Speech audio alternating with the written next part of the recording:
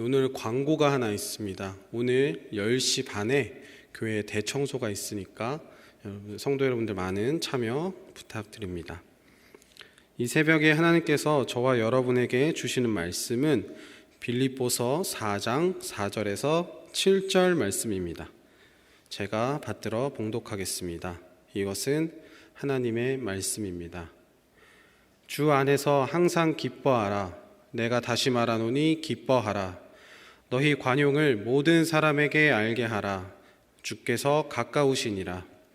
아무것도 염려하지 말고 다만 모든 일에 기도와 간구로 너희 구할 것을 감사함으로 하나님께 아뢰라. 그리하면 모든 지각에 뛰어난 하나님의 평강이 예수 그리스도 안에서 너희 마음과 생각을 지키시리라. 아멘. 빌립보서는 사도 바울이 빌립보 교회에게 보내는 편지입니다. 빌립보 교회는 사도행전 16장에 나오는 바울의 2차 선교 여행 중 만난 옷감 장사하는 루디아와 그 주변 사람들을 통해 개척된 교회로 보여집니다. 사도행전 16장을 함께 보시겠습니다. 사도행전 16장 12절에 보시면 거기서 빌립보에 이르니라는 말이 나옵니다. 또 16장 14절 말씀을 보면 두아디라시에 있는 자색 옷감 장사로서 하나님을 섬기는 루디아라 하는 한 여자가 말을 듣고 있을 때 주께서 그 마음을 열어 바울의 말을 따르게 하신지라 라고 나옵니다. 바울은 이때 점치는 귀신 들린 여종을 만납니다. 이 귀신은 점을 쳐서 주인에게 큰 돈을 벌어다 주는 하인이었습니다. 그런데 그 여종이 바울을 따라다니면서 이 사람은 하나님의 종이다, 구원의 길을 전하는 사람이라며 소리치면서 계속해서 따라다닙니다. 이거를 며칠 동안이나 계속하자 바울이 심각하게 고민을 하다가 어떡하지 하다가 귀신을 내쫓습니다. 기도로 이제 귀신을 내쫓게 됩니다. 이제 그로 인해서 그 여종의 주인이 바울과 그 일행을 고발하게 되고 바울과 그 일행이 붙잡혀서 매를 엄청 많이 맞고 감옥에 가게 됩니다. 이는 사도행전 16장 16절에서 18절, 22절에서 23절 말씀에 나옵니다. 제가 한번 보겠습니다. 우리가 기도하는 곳에 가다가 점치는 귀신 들린 여종 하나를 만나니 점으로 그 주인들에게 큰 이익을 주는 자라. 그가 바울과 우리를 따라와 소리질러 이르되 이 사람은 지극히 높은 하나님의 종으로서 구원의 길을 너희에게 전하는 자라 하며 이같이 여러 날을 하는지라. 바울이 심히 괴로워하여 돌이켜 그 귀신에게 이르되 예수 그리스도의 이름으로 내가 내게 명하노니 그에게서 나오라 하니 귀신이 즉시 나오니라. 아멘. 22절 23절 말씀입니다. 무리가 일제히 일어나 고발하니 상관들이 옷을 찢어 벗기고 매로 치라 하여 많이 친 후에 옥에 가두고 간수에게 명하여 든든히 지키라 하니. 아멘. 이 상황에서, 이 감옥에 갇힌 상황에서 빌립보 교회에게 쓴 편지가 바로 빌립보서입니다. 여러분들이 지금 빌립보 교인이라면 지금 마음이 어떨까요? 자신들에게 복음을 전해준 그 사람이 흠씬 두들겨 맞고 감옥에 가 있으니 얼마나 마음이 아프고 걱정이 되겠습니까? 또 얼마나 마음이 안 좋았을까요? 그런 빌립보 교인들에게 오늘 성경이 이렇게 말하고 있습니다.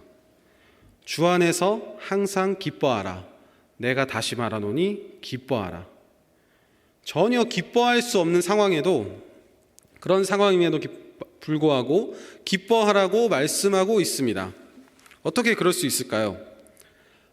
첫 번째로는 바울이 빌립보 교인들을 위로하기 위해서 이렇게 말씀을 한 것입니다.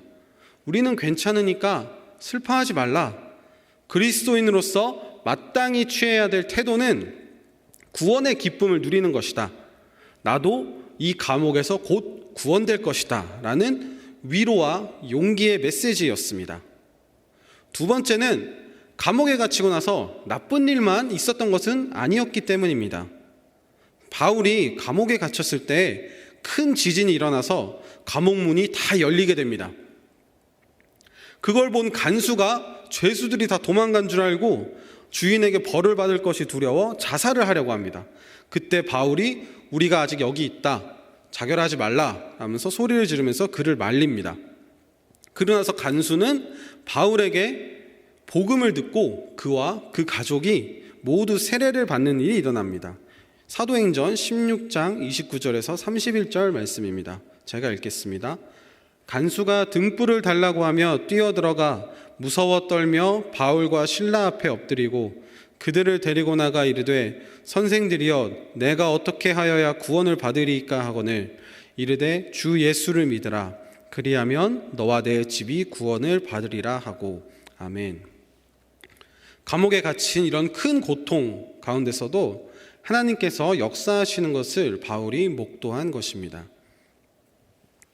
그리고 바울은 너희 관용을 모든 사람에게 알게 하라 라는 말을 합니다. 관용은 용서하는 것을 말합니다.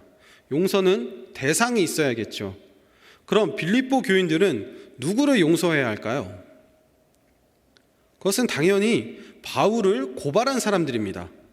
자신들을 큰 고통에 몰아넣게 하는 사람들을 용서함으로써 그들의 관용을 모든 사람들이 알게 하라는 것입니다. 그리고 나서 이제 바울이 말합니다. 아무것도 염려하지 말라. 이 말은 감옥에 갇힌 바울과 그 일행들을 걱정하지 말라, 우리를 위해 염려하지 말라라는 뜻입니다. 다만 하나님께 감사함으로 기도하라고 말합니다. 그렇다면 빌립보 교인들은 어떤 기도를 해야 할까요?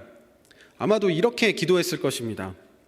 하나님, 바울과 그 일행이 부당하게 옥에 갇혔음에도 불구하고 그 안에서 하나님의 역사를 보게 하시니 감사합니다. 또한 하나님께서 바울과 그 일행을 그 옥에서 풀려나게 해주실 것을 믿고 감사드립니다. 이렇게 감사함으로 기도를 드렸을 것입니다. 이렇게 기도를 하면 어떻게 된다고 성경이 말하고 있습니까? 그것은 빌립보서 4장 7절 말씀입니다. 그리하면 모든 지각에 뛰어난 하나님의 평강이 그리스도 예수 안에서 너희 마음과 생각을 지키시리라. 아멘.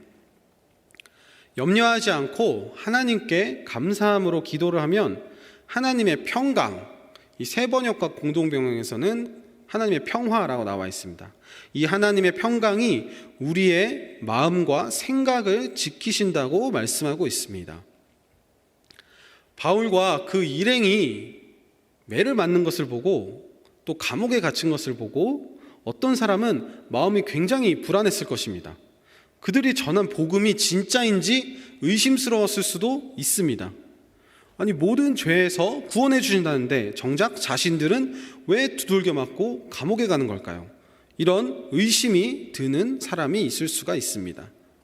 또 다른 어떤 사람은 엄청 분노했을 수도 있습니다. 아니, 감히 우리 바울 선생님과 그 일행들을 저렇게 때리고 옥에 가두다니.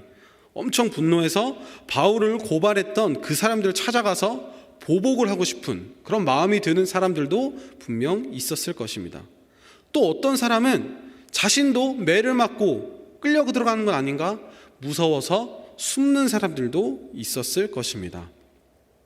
그러나 우리가 이런 다양한 생각들이 머릿속에 휘몰아칠 때 성경은 주 안에서 기뻐하며 염려하지 말고 감사함으로 기도하라고 말씀하고 있습니다. 그러면 우리가 엉뚱한 생각이나 행동을 하지 않게 되고 하나님의 평화 안에서, 하나님의 평강 안에서 마음의 평안을 얻게 될 것이라고 오늘 성경은 말씀하고 있습니다. 아름다운 교회 성도 여러분들 각자가 다양한 어려움을 겪고 있을 것입니다. 그리고 우리는 공통으로 코로나19라는 매우 큰 어려움을 같이 겪고 있기도 합니다. 이런 상황 가운데서 우리는 이런저런 안 좋은 생각들이 떠오를 수가 있습니다. 이런 생각이 떠오르는 것 자체가 문제가 되진 않습니다. 그러나 그 생각에 빠져 있는 것은 문제가 됩니다.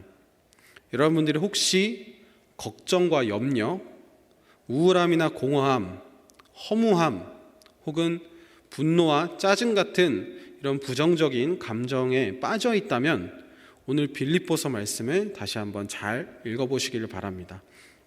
도무지 기뻐할 수 없는 상황에서도 기뻐하라고 하신 하나님의 말씀, 또 염려하지 말라는 그 하나님의 말씀, 그리하면 하나님의 평화가 우리 마음과 생각을 지킬 것이라는 그 말씀을 여러분들 마음에 깊이 새기시고 기쁨을 되찾고 감사함으로 하나님께 기도해서 하나님이 주시는 평안을 마음껏 누리시기 바랍니다.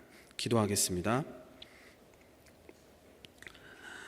하나님 아버지, 오늘 이 새벽에도 하나님의 말씀을 저희에게 주시니 감사합니다. 우리가 오늘 주신 말씀대로 우리가 감사함으로 하나님께 기도드림으로써 우리 안에 하나님의 평강이 찾아오는 이런 귀한 새벽 되게 하여 주시옵소서. 예수님 이름으로 기도합니다. 아멘. 주여 믿습니다. 3번 고백하시고 기도하겠습니다. 주여 믿습니다.